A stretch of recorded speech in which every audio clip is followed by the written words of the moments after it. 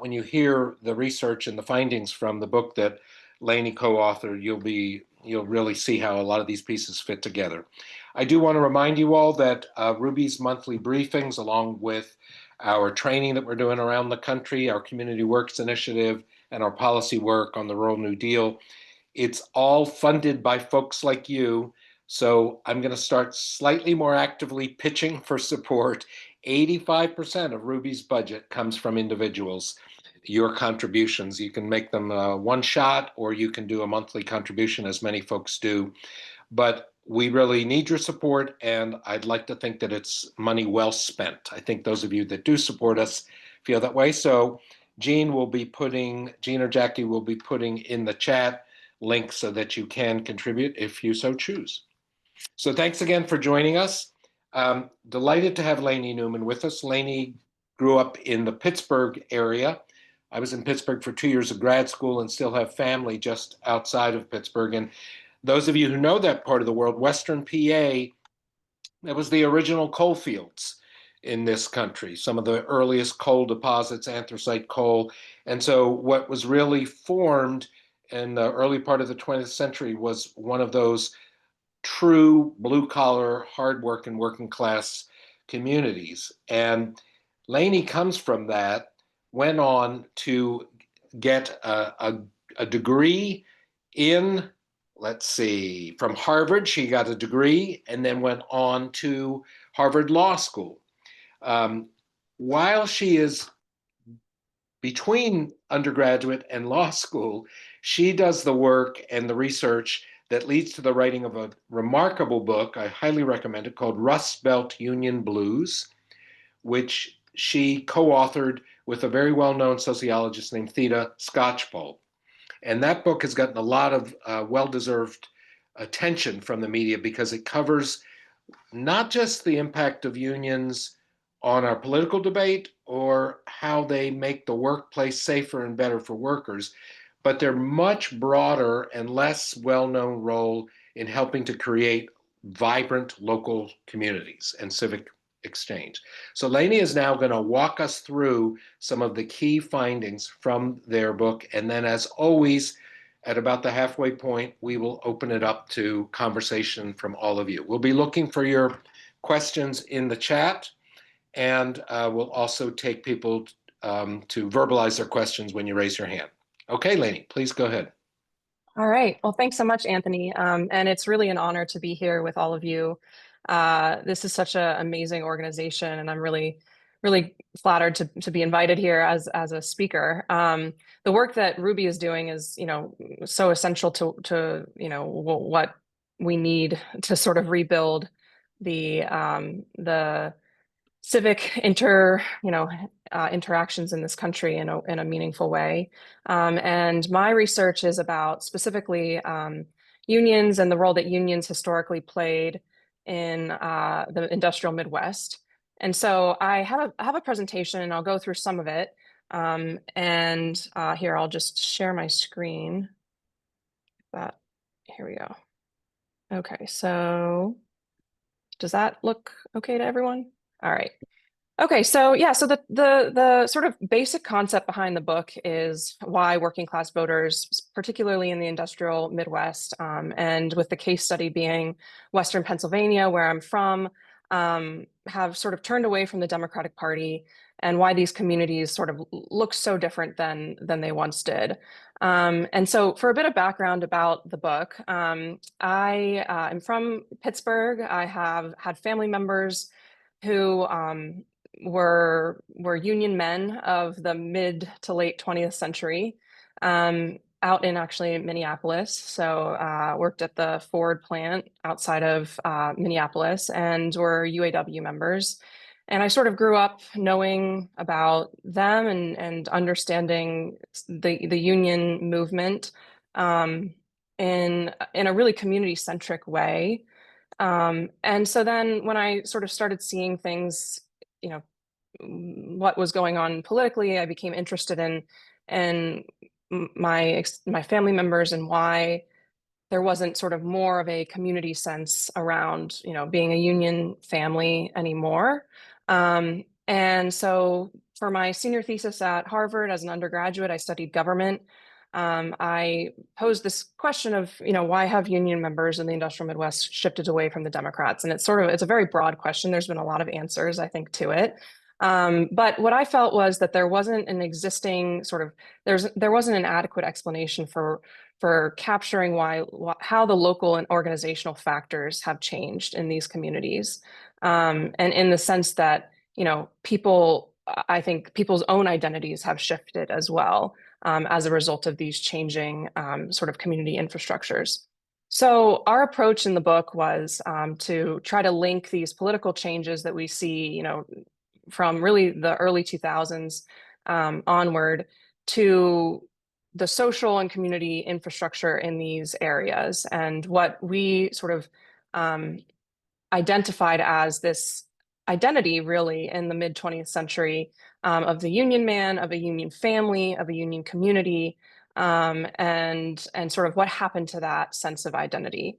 So our methodology for the book was lots of interviews. That was the main methodology. So there's lots of excerpts in the book of quotes that, from current and former union members about, expressing their perspectives on how things have shifted. Survey data, so looking at political voting trends, et cetera, archival research, lots of union records going through union newsletters, meetings, conventions.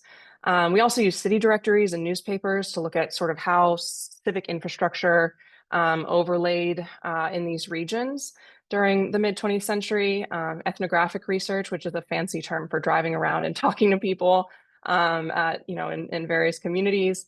And then Theda, my co-author, who's amazing, had data on other organizations already. So Tea Parties, that she wrote a really amazing book several years ago, back during the height of sort of slightly after the height of the Tea Party movement, that looked at how the rise of the Tea Party and the community basis for it. And she sort of got her start in sociology, looking at fraternal groups and civic groups. And then out of my conversations with a lot of the current and former union members, I started looking more into gun clubs, which I realized were really sort of social spaces for a lot of communities. So that's a little bit of background about the book. This is sort of a primer, I suppose. So like, comparison between now and then. This is a quote from one of my interviewees, who's now, now he's probably 84 or something like that. But back in my day, you couldn't find a single union guy who'd vote Republican. And then another one of my retirees saying that you'd get your fingers smashed in if you were known to have voted Republican, or obviously an exaggeration. But this was sort of the dominant, I think, understanding was like, if you're with us, if you're one of us, if you're a union guy, then you're going to vote Democrat, and you might not care that much. You might not be that involved or, politically, and tuned in all the time. But when it comes down to it, you're going to turn out to vote Democrat. And compared to on the left, you see this was the pie chart is, one of the things I did in the book, or for the research, was driving around to employee parking lots for United Steelworkers at the remaining steel plants in Western Pennsylvania, and basically just taking a tally on a couple days of the bumper of this, civic related bumper stickers, basically. And as you can see, the vast majority were either directly about sort of conservative politics or indirectly about conservative politics. So gun related or Christian or police related, a lot of sort of in Christian and gun and anti-abortion type stickers in sort of that domain. And so that's sort of the puzzle that we see here, is this comparison. Here I'm trying to.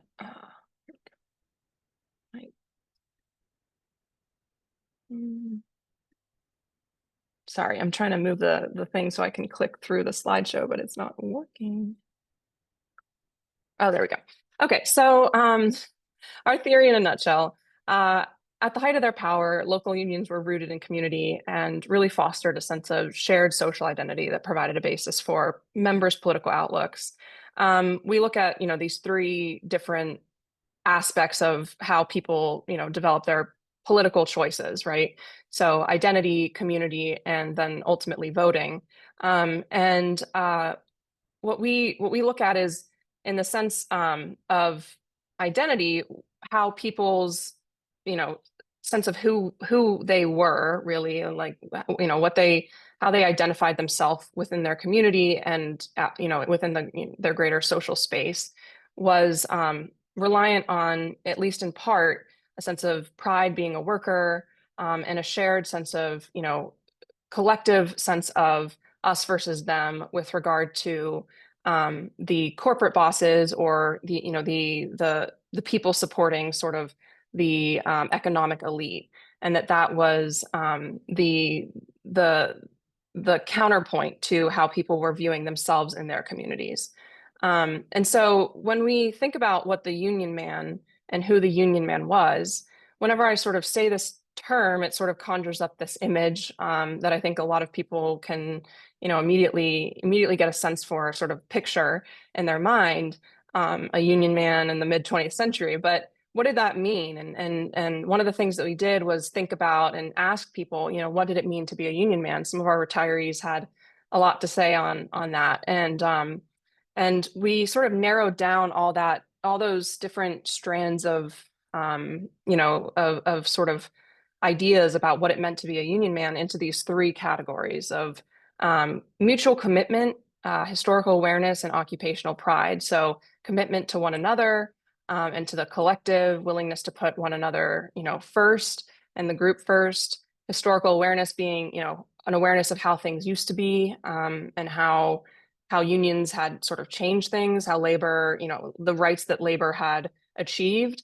And then occupational pride about the craft or the work that people do. So whether that was in the trades or whether that was, working in the mills or in the mines, a sense of pride about what you're building, what you're doing, how you're contributing to the nation, how you're contributing to the greater good in many cases. So these three things we sort of, when we looked at, a union man in convention, proceedings, when someone would say that term, like what these were sort of the things that they were referring to, we found.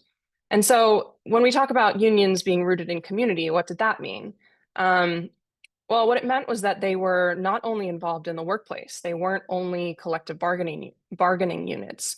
They were involved in family life, they were involved in religious life, they were involved in, the civic infrastructure of communities. And so that meant being tied to other community institutions, churches, fraternal groups. There would be fraternal groups that would, have their, or there would be cross, meetings, essentially, like fraternal groups that would meet at the union hall, and union stuff that would go on at the fraternal halls and that type of thing. Lots of interaction with the military service organizations, whether that was VFW or what have you.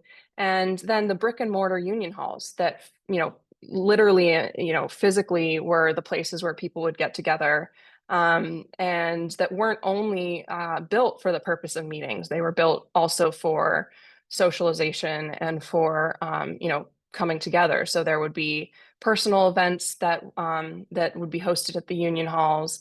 There would be, banquets, weddings, retirement parties.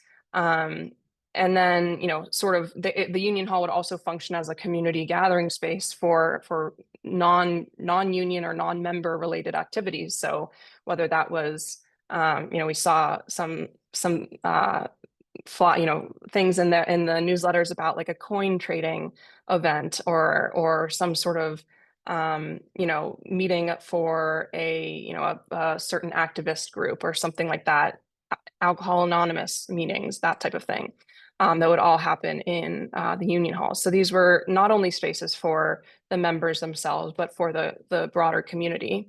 And then unions also were, informational outlets, and the officers served as, representatives of for the unions to government, really, and would often be, liaising with members and, social services, whether that was trying to help people figure out Medicare or Social Security, or whether it was, putting notices in the newsletters about what, the local like gun, hunting rules were for that season, or when hunting would begin, or stuff like that. It was really like providing information that was relevant to people, and that people could use in their daily life. And so, I think that, all these different things created a picture of local unions in this era as not only workplace organizations, right? They were community organizations, and they sort of undergirded a lot of other activities and efforts in the community. So this was especially true in some communities where there was, in particular in some of the industrial unions, so auto plants, mills, mines, where people lived close to one another. It was especially this, you can see like the houses here, people gathering near to one another and growing up alongside one another. We heard that from a lot of our retirees, that one of the, powerful things was everyone on the street, all their dads, mostly dads, went in and, worked at the same place. And so that was further reinforced in that setting. Again, community events, personal events, recreational leagues, women's auxiliaries, family, and children's activities as well. So these next couple slides are just some examples of those types of activities. So band, lots of Christmas parties and holiday parties and picnics, sports, not only for sports leagues, for members, but also for children, and sponsoring, soapbox derbies and that type of thing. Ladies auxiliaries, and, the physical brick and mortar union halls that the unions were extremely proud of, and that were often in the main, the community center, right? So we're on Main Street or what have you. This here is, we used this pamphlet from around 1960 that the USW had published to map out how many physical union halls there were in Western Pennsylvania, and to show sort of like how, how essentially, like, ubiquitous these union halls were during this era, and how these were, scattered throughout these areas and were centers of community. And not only, that, but also continually spreading information via newspapers, newsletters, and radio programs. So oftentimes, unions would get together with other local unions in the area and sponsor a labor newspaper. Or the newsletters would have information on current events and that type of thing, or columns from the business manager of the union talking about politics or what have you. And, as you see on the right, the labor, radio program, and which, there's essentially very few of those at this point, but once were at least as prominent as, conservative talk radio, right? So what we found was that union members, sort of in trying to answer this question of like, why were union members committed to the Democratic Party during this era? There's one explanation or one hypothesis that would say that it was because, the unions were, politically involved, and they had, the unions at like sort of the executive leadership level or national level were politically involved, and they had more money than they do now because they had more members and whatnot.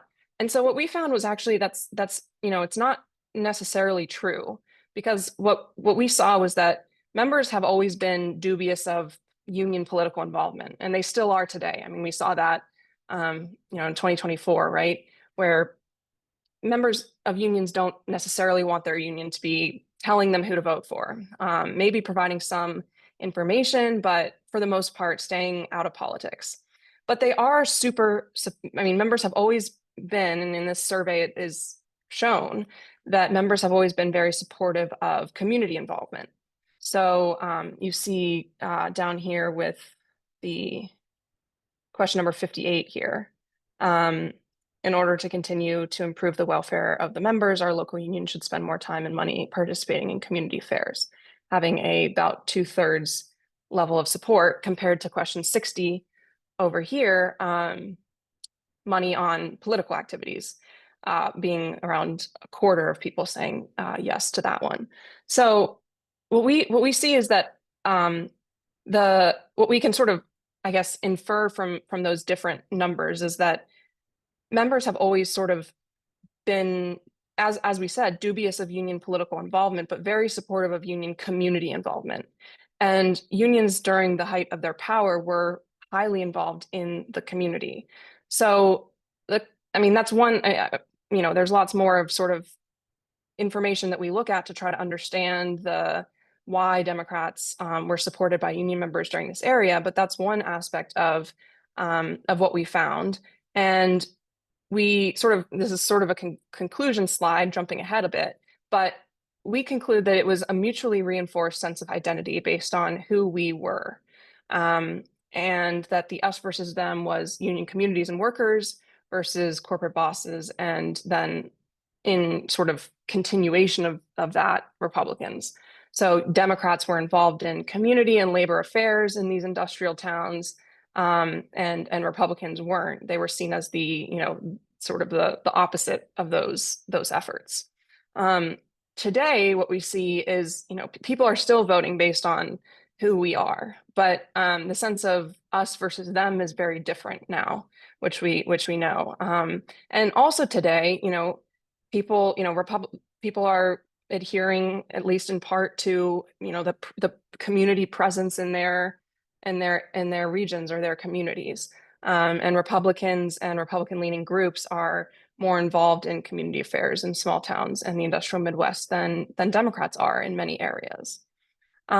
So this is also sort of a summary slide, but social ties and messages now are very different than they used to be. So unions and related groups no longer have as much influence in a lot of these communities in order to counter conservative messages. So whereas, we found some interesting, data and newspaper records about how, in the 90s and the early 2000s, it was the NRA versus the AFL-CIO in a lot of areas, going head to head to reach these voters.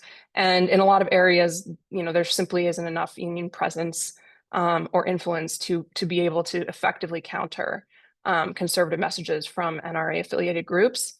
So, one of the things that I was hearing time and time again from my interviewees was where people were getting together, and a lot of people getting together at, churches, larger consolidated churches. A lot of the smaller ones in local communities had, shut down, but there were larger ones that had, consolidated and had tended to have a conservative sort of perspective, and also gun clubs. And we found, around over 250 NRA affiliated gun clubs within a 100-mile radius of Pittsburgh. So just in our case study area, there being, a couple hundred of those gun clubs, and that a lot of those gun clubs have, social elements. So they have clubhouses, they have, Christmas parties and summer picnics.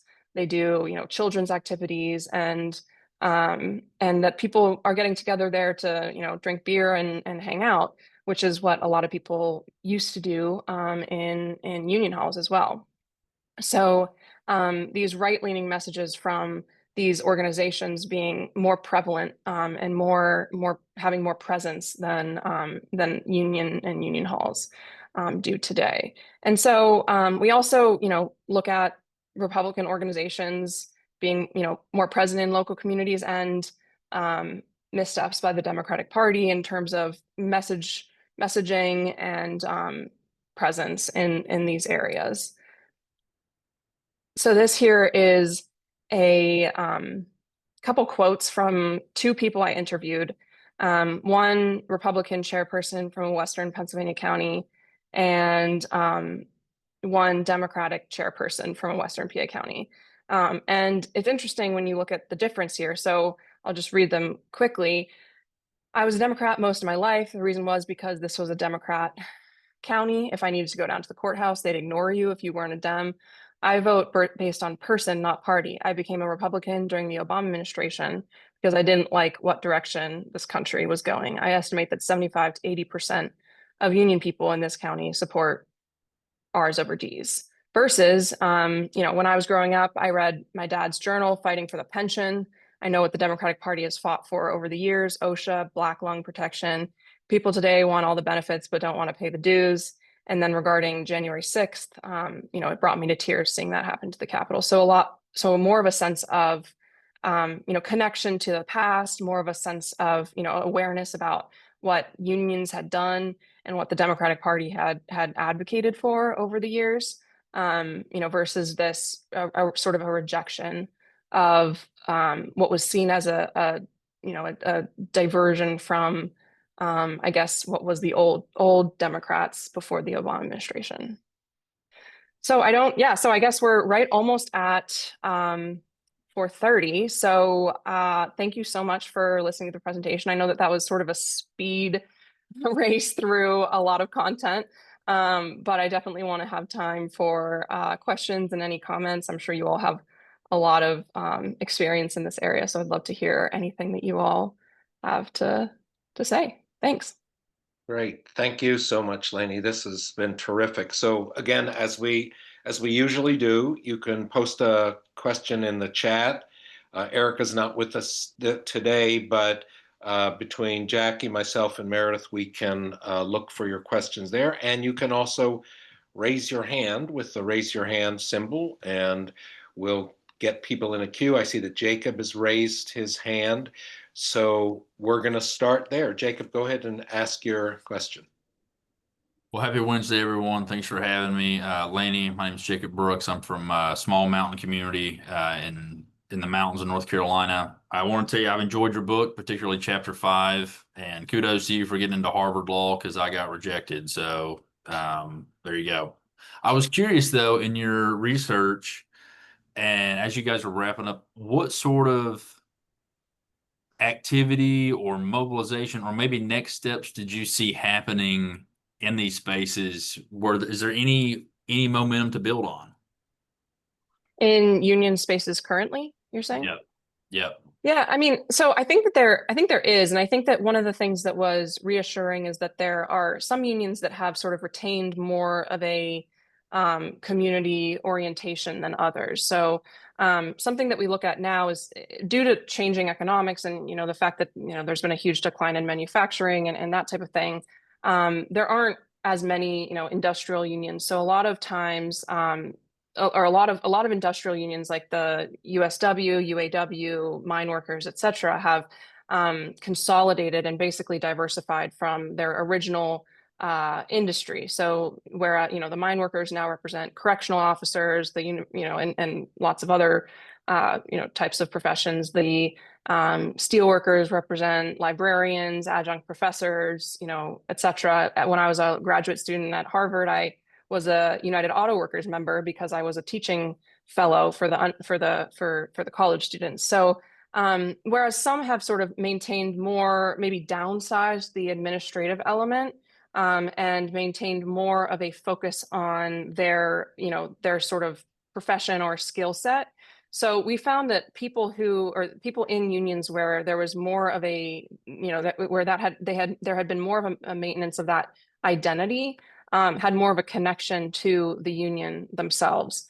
And so, that's one thing that I think some unions have done well is maintain a sense of identity about what the union represents and sort of having this shared identity. Another thing is, maintaining a way of communicating with the members. So, as I said, like radio programs and labor and newspapers don't really exist anymore. But a lot of some unions have innovated around that and have been able to, figure out how to use social media, whether, or sending out the IBEW, for instance, sends out a really fantastic and has for many, many years magazine that updates people on the, community and on people's individual lives and family lives.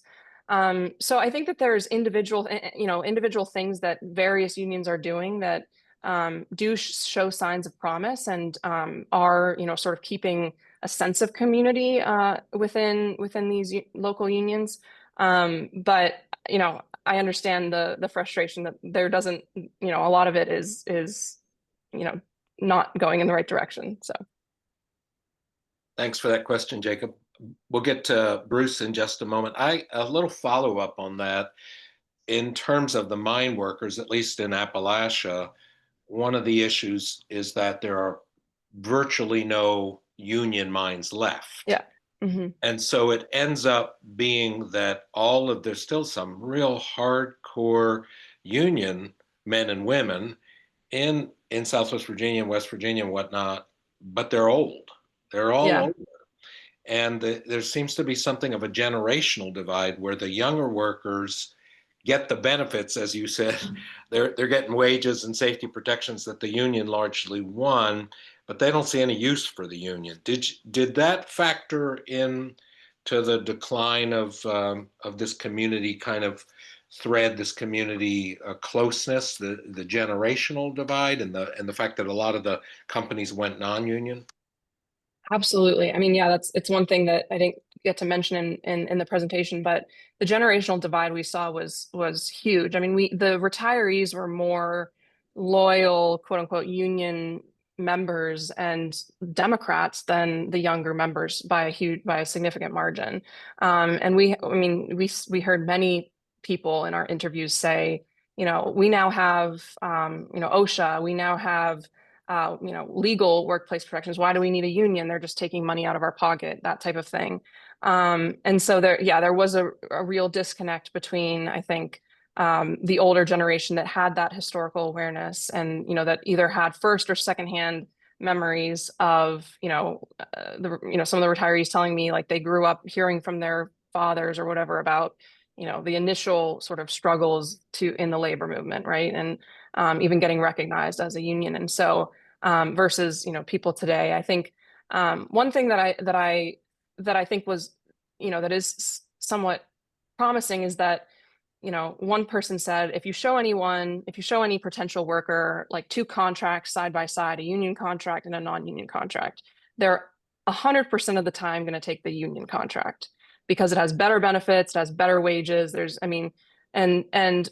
And that's what people don't, I think, it's hard to communicate, when people are in a job and they think that this is just the job, but it's really a matter of, if you zoom out and you think, this versus that, which would you prefer? And so that to me, I think was a good way of sort of communicating that idea, but we certainly heard a lot of generational differences between the old and the young and resentment because of that. Yeah, I bet. Thank you. Okay, Bruce, go ahead. Just three things quickly. I actually lived in Pittsburgh, junior high school through college. But today in Pittsburgh, the biggest source of employment are healthcare workers. And I was wondering about unionization there. Also, there are some professional groups that have, I think, really persisted in successful unionization. And for example, teachers' unions. Now, I can't speak to Pittsburgh, but in many areas, the teachers' unions are extremely strong. The last thing I want to mention, we lived in Texas for 36 years and in Florida before that. There has been an immensely lengthy, prolonged, and effective anti-union messaging by many right-wing sources, heavily funded by very wealthy individuals and groups. And Absolutely. they have been appallingly successful in discrediting unions throughout the American South and in large parts of the American West. And to my knowledge, there's never been anything like that kind of effort, certainly in the past 20 or 30 years, on the part of union advocates. Yeah. So you're completely right. And one of the things that I'm actually researching right now is those one second.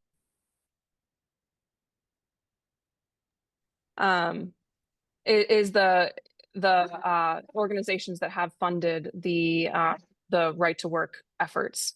And they have been hugely successful, and not only successful in changing the legal rules, but also in really destroying what makes the union a union, which is the unity, right? And I think that that's something that has somewhat been overlooked in assessing the damage that those organizations have done, because not only were they targeting legal reform, but they were also targeting, creating internal divides within these unions, and it was very effective. It has been very effective. Thank you, and thanks, Bruce. The next question is from, there's no first name, just Horst. Would you come off mute and come on camera and tell us your question? Sure. Yeah, Horst Schmidt. When you start talking about taking apart the factories, I remember reading that one of the things that happened during the 60s is, as Japan ascended in terms of manufacturing, the people who ran the factories in the Midwest were seeing this, and they were disinvesting in terms of not keeping their factories up to date, because they knew they were going to be leaving and they didn't want to put any money into the factories. And so I'm thinking we should really change it from Rust Belt to disinvestment belt. And that way people, I think it's important to review, as you have, who's really causing the problems. It isn't just the fact that the union fell apart. The union fell apart for a reason. But the other thing I want to mention is that there were a lot of movies made during that time also, which really reinforced the negative stereotypes. And so people, hopelessness and drunkenness and violence and all of that was highlighted in a lot of these movies. So I think perhaps we need to, take a look at it, from a different point of view in terms of what movies can do, in terms of why, how people actually, made the best of it as they try to, make it through life after they lost their good paying jobs and their social connections. So that's all I want to, say. But I think it's important that we start reinventing what the real problems were, not just the fact that the workers had all these problems, and it's and by implication it's their fault. Yeah, no, I absolutely, I completely agree with that. And I think that the point you make about disinvesting or underinvestment in these areas is completely true. And I think that one of the things we talk about in the book is that both Democrats and Republicans, the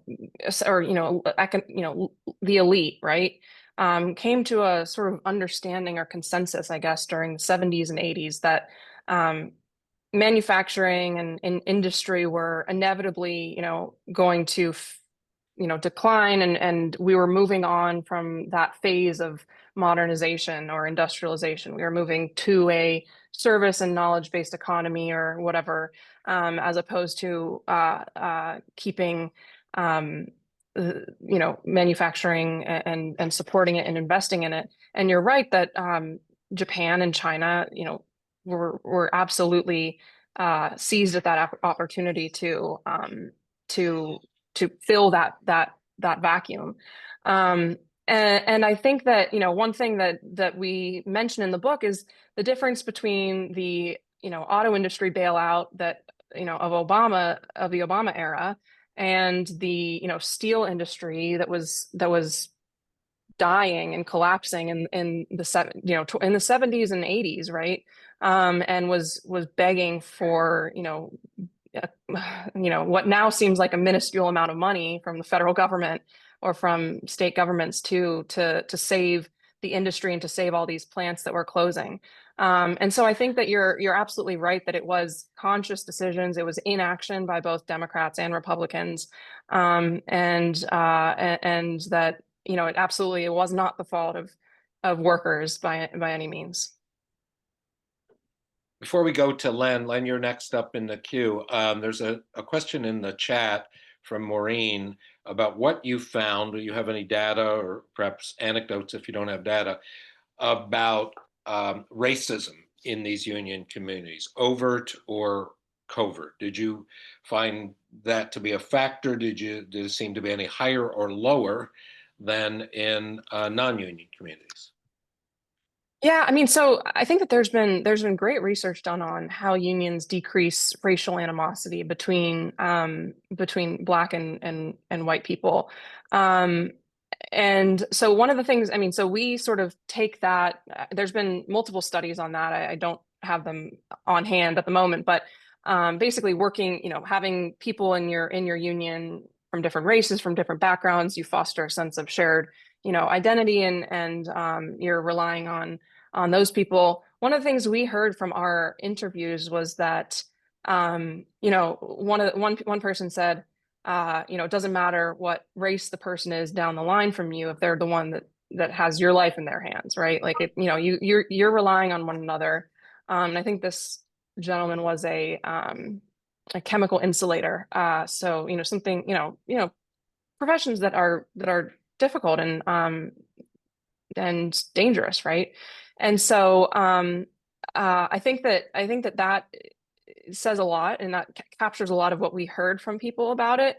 We definitely talked to members of minority groups who explained, the difficulty of being one of the few people of their background in the union, and that includes women in a lot of the trade unions at the beginning, right, and even still. And Black people, in the industrial Midwest in general, because they're really a lot of these unions were predominantly white, except in Michigan, where there was a huge population of Black auto workers. And I think one of the other things we talk about in the book is how, the unions really built out the middle class, not only in white communities, but in minority communities as well. And so I think a lot of people, there's one person who said, regardless of what job it is or what's going on, I would always rather have the union there with me than not. And even if the union isn't perfect, right? And like, I think that was sort of what we heard. It wasn't the main charge of our book, but we do have a section on it in there. So Great. Okay, let's go to Len. You're next up, Len. If you need to come off mute. Okay. Well, thanks for your research. I was a steelworker for 30 years, and then for 11 years, I wrote for the IBW magazine that you plugged, and I thank you for that. Oh, great. But, I think what you're saying is important. I recall a discussion I had with an IBEW business manager in Jackson, Mississippi, who said that the Democrats meet once a month, but the Republicans meet 3 times a week. And he talked about the church choir, the men's group, and church on Sunday, comparing the influence of the fundamentalist church to his union and their influence in the Democratic Party. I guess my question is, how much did workers that you talked to specifically mention NAFTA or Obama's preference for service over industry, over manufacturing? I mean, Christina Romer was explicit in saying that we didn't need a manufacturing base in this country. In my interpretation of where my fellow workers came from, who shifted from Democrat to Republican, that was the key. That the Democrats were expected to look out for us.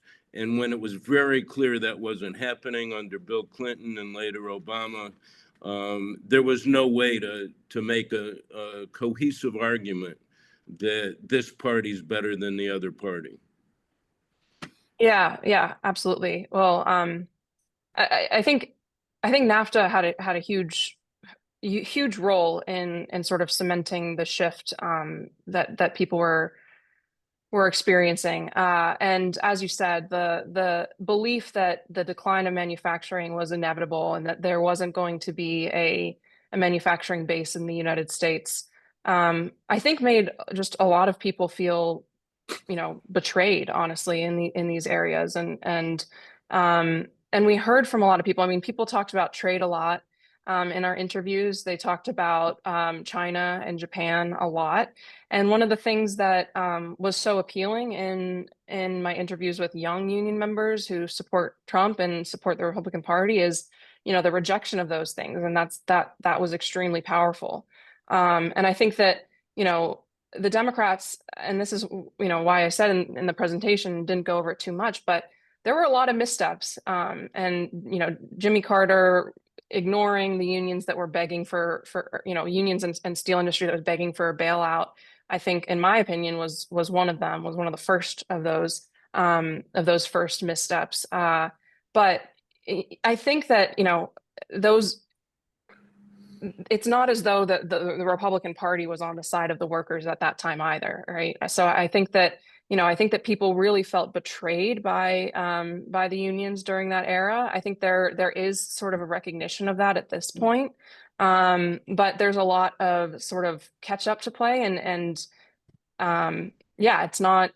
There's no fix for the fact that we, or Democrats, sort of abandoned what was a huge base during that era, and I think really took for granted labor during that era as well. And one of the things that I think Obama, as a huge flaw of Obama's sort of domestic policy, was not prioritizing labor and not prioritizing domestic, manufacturing. And but the past is the past, I suppose. So, but yeah, I do think I agree with you that there were huge missteps made. Great, thank you, and thanks for that question, Len. We've got two more folks in the queue. We're going to get actually now, two more. And I'm still looking through the chat, maybe a couple more questions there. We've got about 10 minutes.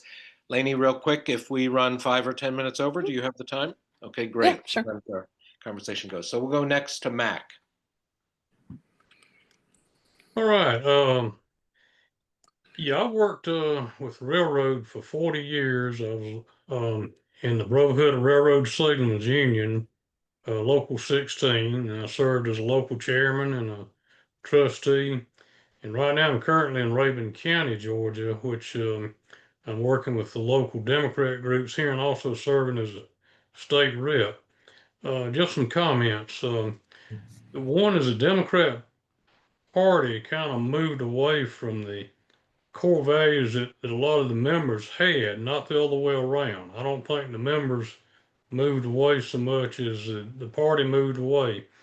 And part of that is social issues. And then I would say as far back as in 1960s, there was a chance to do some moderate tariffs, which would have kind of leveled out some of the cheap labor overseas and kept a lot of business. I grew up in a rural county, but lived near a county that had textile mills, and so that was a big thing. People could live in a rural county and drive to the county that had the textile mills and work. Now you can't. So lack of tariff. There's not any entry-level skill trade jobs now, and the Democrat Party kind of fell down on that. Because now you'd be kind of crazy to try to work for minimum wage. The federal $7.25, you'd be better off either making moonshine or selling drugs, literally. Unless you got free room and board, electricity, you're not going to get by on $7.25. Then the other thing I will see as an issue that I think everybody just completely ignores is the disinformation. One fellow touched on it as far as the Koch brothers did a lot of anti-union advertising, but the Russian KGB, they're not just sitting around in that building in Moscow for nothing.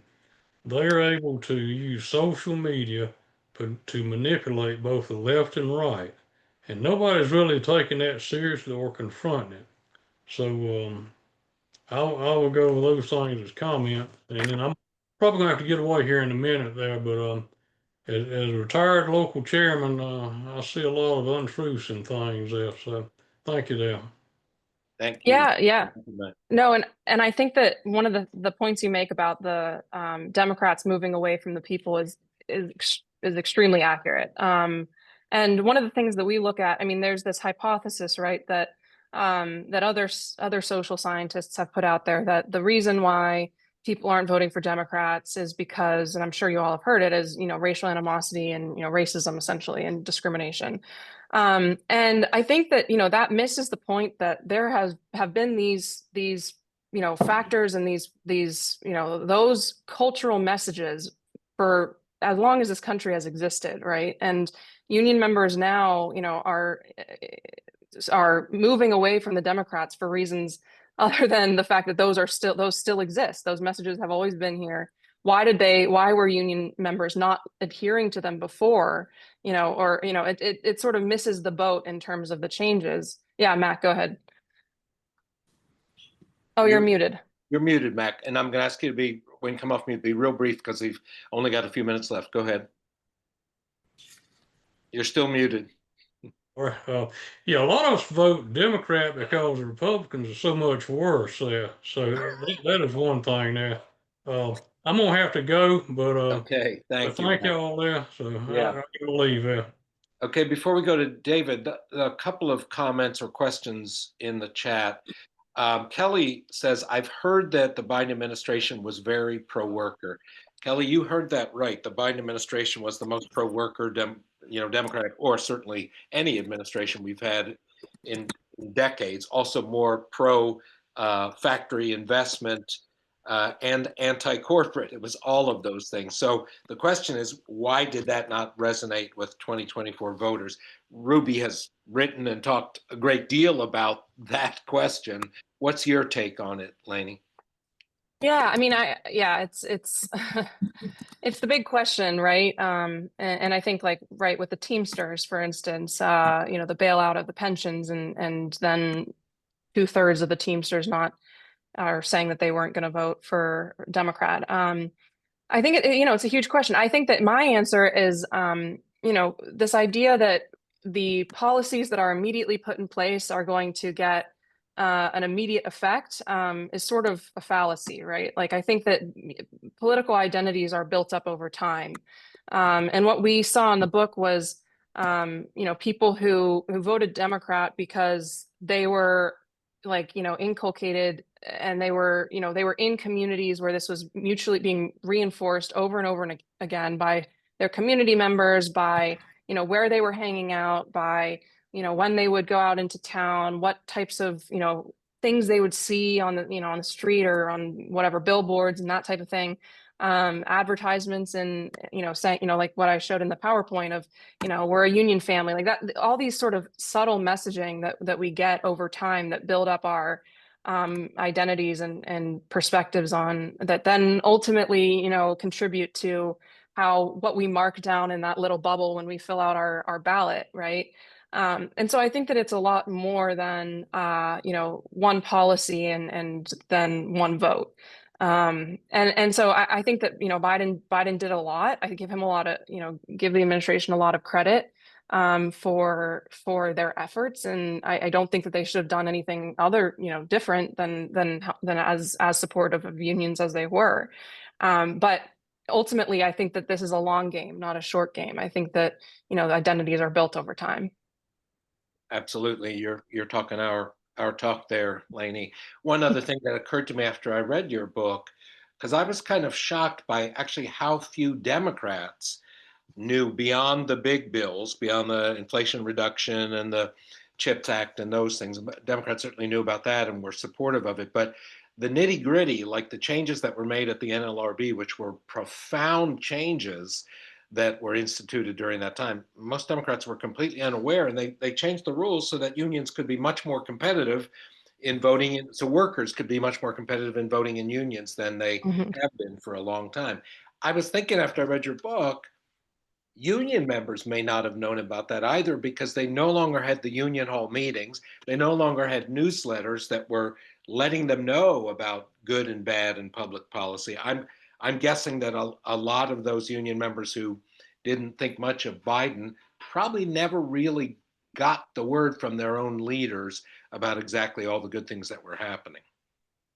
Yeah, no, I think you're right. I think that, and as was pointed out, there's a lot of misinformation and with Fox News and things that people listen to that, where there isn't direct communication necessarily about the things that are really important. And I think that yeah, that's absolutely true, that people don't necessarily know, and then the things that they're hearing from the people surrounding them, these flashpoint, cultural issues, so to speak, are take sort of predominance, and unfortunately that contributed to the outcome. Yep. David, you're just about ready to come up. One more thing in the chat. Guy Erickson from Boulder County, Colorado, has a regular radio show on KGNU, and he's inviting you to speak. Oh, great. It's called The Labor Exchange. So we have Awesome. Guy's information in case you don't pick it up from the chat, and we'll connect the two of you. Also, yeah, that'd be great. Before David, I want to just remind folks again that all of these briefings, which are bringing these amazing speakers and writers and workers to us, they ain't free. They're free in the sense that Lainey's not getting paid, but it takes something for us to do this. So please consider supporting Ruby with either a monthly or a one-time contribution. Go ahead, David. You need to come off mute. I did put my question in the chat, and you might have seen it. Were you able to compare regions where the Democratic Party was able to run opposing candidates? Those where the Democratic Party presence is weak. And I guess a question I'd have to ask to go with that is people who now are, the result of the grassroots organizations that have cropped up in the last 8 to 10 years, like Indivisible, or some of the local chapters of, well, even things like Farm Action or American Farmland Trust, if those have gotten any traction in terms of being able to oppose the heavily funded Republican candidates. Yeah, no, it's actually not something we were able to do with this book. Compare side by side, but that'd be fascinating. And I do think one thing that Theda has done is look at Indivisible. She in some of her previous work, and I think one of the things that she recently wrote an article actually about this in the New Republic. But one of the things that she found, was most powerful about Indivisible was the fact that people were meeting, face to face, regularly in these local chapters, and they were meeting, and they were developing plans on how to advocate to their representatives and spreading information, and that type of interface was really important in terms of ineffective, really, and preserving like the ACA and other types of things during the first Trump administration. But what we see now is less enthusiasm, I suppose, for or sort of more jadedness, I guess, about engagement at the local level. But that's a great, it's a fascinating idea to look at what Farm Action and other entities have been able to do. So I'll keep that in the back of my mind for the next project. Thank you, David.